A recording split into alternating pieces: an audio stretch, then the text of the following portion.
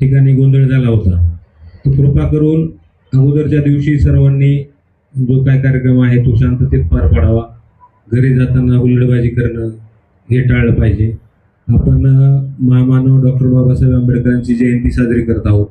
त्यांनी एवढं भारताला संविधान दिलंय आणि आपणच ते कायदे पाळायचे नाहीत, कायदे मोडायचे नाही, मोडायचं ठरवलं तर मग हे फार चुकीचं होईल. आणि आपला दिवाळीचा विषय फक्त डीजे पुरता मर्यादित असतो.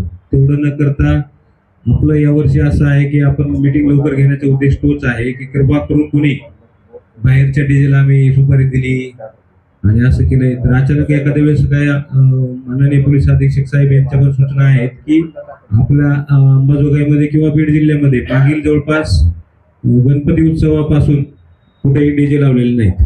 ज्या ठिकाणचे डीजे लावलेले आहेत त्या ठिकाणच्या डीजेवर नंतर कारवाई करण्यात आलेली आहे आणि मंडळावर पण गुन्हे दाखल केलेले आहेत. कृपा करून कसं आहे आपल्यावर कुठला गुन्हा दाखल होऊ नये या जयंती निमित्तानं त्या दृष्टीने आपण आपली खबरदारी घेणं आवश्यक आहे.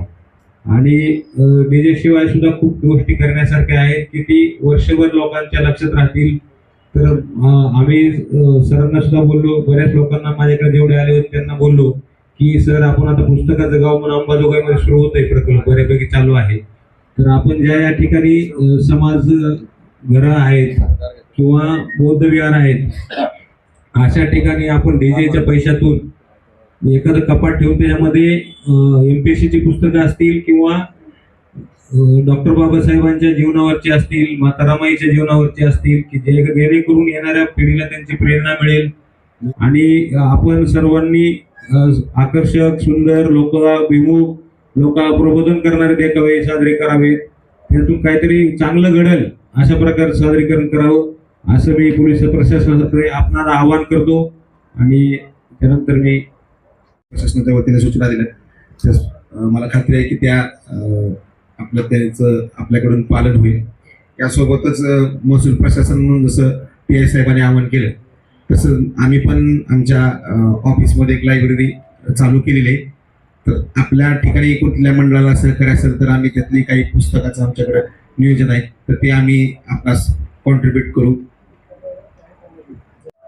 भारतीय घटनेचे शिल्पकार महामानव डॉक्टर बाबासाहेब आंबेडकर यांच्या जयंतीनिमित्त आयोजित या मीटिंगसाठी आपण सर्व इथे जमलेले आहात. सगळ्यांचे प्रशासनातर्फे स्वागत आहे. SDM सरांनी ज्या काही सूचना आपल्याला दिलेल्या आहेत आणि जी तुमच्यामध्ये एक लुप्त झालेली ऊर्जा जागृत करण्याचा जो प्रयत्न केलेला आहे त्या प्रत्येक गोष्टीवर इथला तरुण व्यक्ती विचार करेल आणि त्या मार्गाने जाण्याचा प्रयत्न करेल अशी मी अपेक्षा करते. आणि सगळीकडे जय भीमचा जो नारा आहे तो बुलंद करायचा आहे. सगळ्यांना येणाऱ्या भीम जयंतीसाठी हार्दिक हार्दिक शुभेच्छा. धन्यवाद. पोलीस प्रशासनातर्फे सूचना दिल्या त्यांचे मी आभार मानतो. त्यानंतर माननीय SDM साहेब त्यांनी खूप काम आला होता सरांना. त्यांनी अतिशय पोटतिडकीने सांगितलेलं आहे त्या कामाची चीज करा सगळे मिळून. सगळ्यांना विनंती करतो ते खरोखर पोटतिडकीने सांगतात ना ते मनातून असतं. सर्वांनी सांगितलं त्याप्रमाणे त्याचं एक पालन करावं. साहेबांचे धन्यवाद, तहसीलदार साहेबांचे धन्यवाद, कराड साहेब आहेत, राऊत साहेब आहेत, इफ्तिकार साहेब आहेत. सर्व प्रशासन आपल्याला जयंती अतिशय सुरळीत पार पाडण्यासाठी आम्ही सज्ज आहोत. पोलीस प्रशासन सज्ज आहे. तर आपल्याकडून पोलीस प्रशासन असो किंवा सर्वांना तेवढीच माफक अपेक्षा आहे की जयंती अतिशय उत्साहात जोरदारपणे साजरी झाली पाहिजे आणि तितकीच कायद्यात साजरी झाली पाहिजे. हे खूप महत्त्वाचं आहे.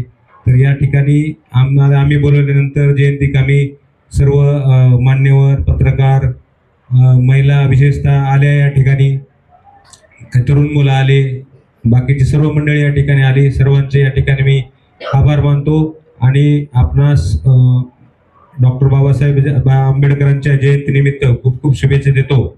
आणि आजचा हा कार्यक्रम संपला असं सरांच्या मॅडमच्या वतीने मी जाहीर करतो. धन्यवाद.